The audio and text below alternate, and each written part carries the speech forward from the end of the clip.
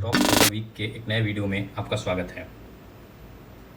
Election result और budget के effect के बाद एक बार फिर से बुल टेक ओवर कर रहे हैं। पिछले वीक एक अच्छी बाइंग हुई है, इसे निफ्टी 50 428.75 पॉइंट ऊपर चढ़कर 24,834 के आसपास क्लोजिंग दिया है। बैंक निफ्टी भी अपने स्तर से 407 के बढ़त पर क्लोजिंग के साथ 51,295 के आसपास क्लोजिंग दिया है। Global scenario and political uncertainty के बाद फिर से मार्केट अपने ट्रेंड में आ गया है। दोस्तों, अभी मैं दो ऐसे स्टॉक का नाम बताऊंगा जो कि अच्छा ब्रेकआउट दिया है। अभी मार्केट बुल रन में है, आ गया है फिर से, तो इस पर हम इन सारे स्टॉक्स को जो अभी मैं बता रहा हूँ उसको अपने रडार पर रखा जा सकता है। ये है डिविस लैबोरेटरी। ये एक फार्मास्यूटिकल्स सेक्टर की कंपनी है जिसका मार्केट कैप 1,27,175 करोड़ है और ये करेंट प्राइस 4,791 के आसपास ट्रेड कर रहा है।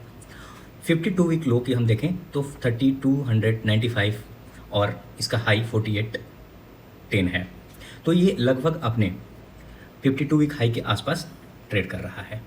इसका रिटर्न देखें ROCE तो ये 16.5% और ROE भी 12.2% है। ये फंडामेंटली स्ट्रॉन्ग कंपनी है और ये निफ्टी 50 की कंपनी है। प्रमोटर होल्डर भी 51.9% है। इसको हम टेक्निकल पार्ट्स की तरफ देखते हैं तो इसको अच्छे ट्रेंड को समझने के लिए हम इसके 52 वीक्स के चार्ट को हम देखेंगे तो हमें ज़्यादा बेहतरीन पिक्चर नज़र आएगा। अभी हम देखेंगे कि 52 वीक्स पर ये बुल ट्रेंड में है। यदि एक ट्रेंड लाइन हम यहाँ से ड्रॉ करेंगे तो एक बुल रन में है।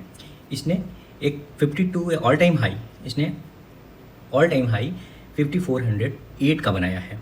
अब ये 5790 पर ट्रेड कर रहा है और ये लगातार अप ट्रेंड में काम कर रहा है। अभी कुछ वीक के कंसोलिडेशन के बाद ये जो मैं लाइन ड्रॉ कर रहा हूँ अप्रॉक्स 1 2 3 4 5 6 7 8 वीक्स के कंसोलिडेशन के बाद ये एक स्टॉक अच्छे वॉल्यूम के साथ देखिए एक अच्छा ग्रीन कैंडल बना है, अच्छे ग्रीन कैंडल के साथ ब्रेकआउट किया है और अभी ये RSI भी 70 प्लस ट्रेड कर रहा है। तो ये स्टॉक एक अच्छी एंट्री के लिए माना जा सकता है। और ये इसका यदि अपसाइड हम देखेंगे तो अपसाइड का रेंज निकालने के लिए जो हमारा टारगेट होगा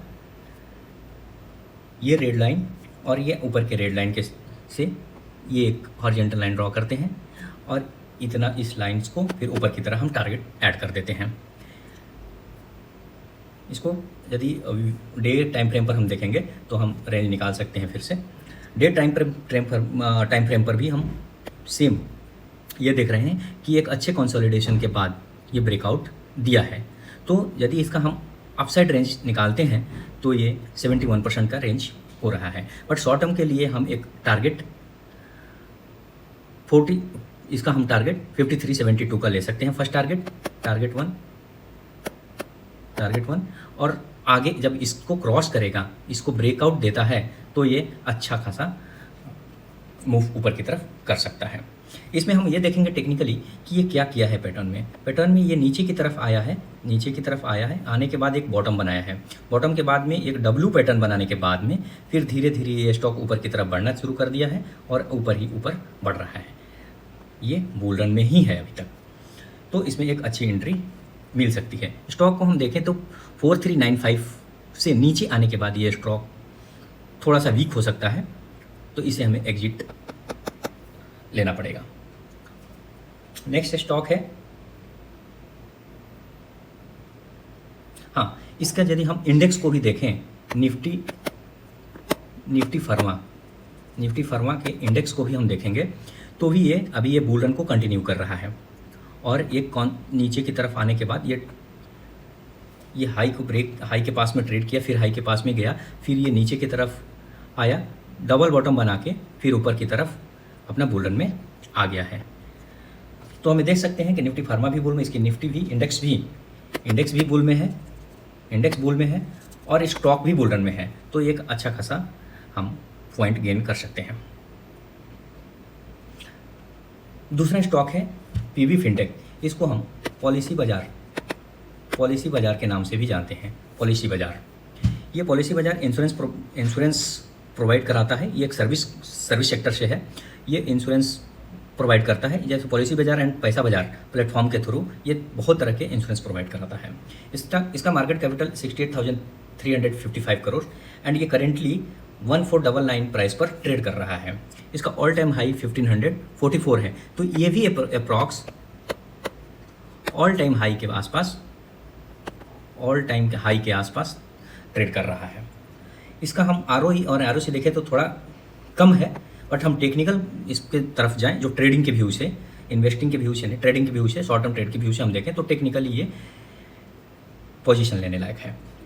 अभी हम देख सकते हैं वीकली टाइम फ्रेम पर हम जब देखेंगे तो ये भी स्टॉक जब से लिस्ट हुआ है, ये 21 में लिस्टिंग हुई है इसकी, और फर्स्ट वीक में ओपन होने के बाद में हाई बनाया है। ये हाई 1470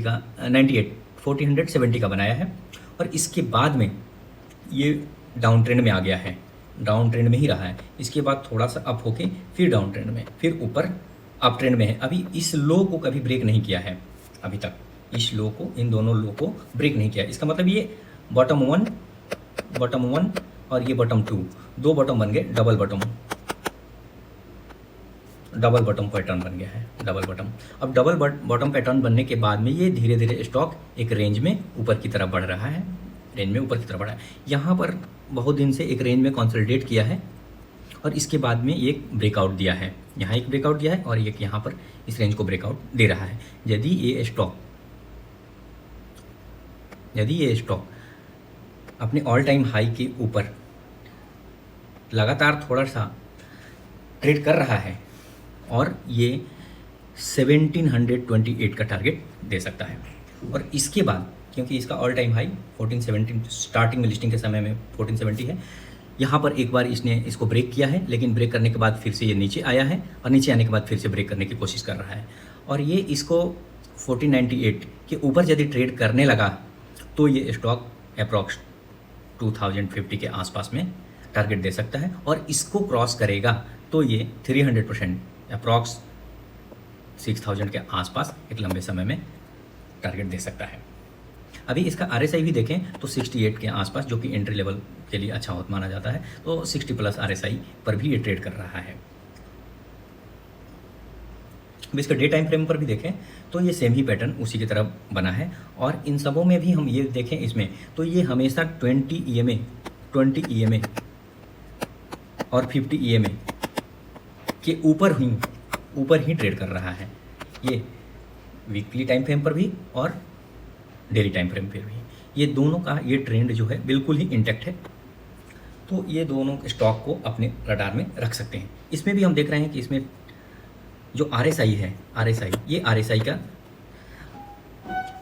डायग्राम जो दिख रहा है ये RSI का है, ये 60 के ऊपर ट्रेड कर रहा है, वॉल्यूम भी ठीक ठाक ही है। तो इस तरह से हम देख सकते हैं कि ये दोनों स्टॉक को हम अपने रडार में रख सकते हैं। वीडियो अच्छी लगी तो please like, share and subscribe. Thank you.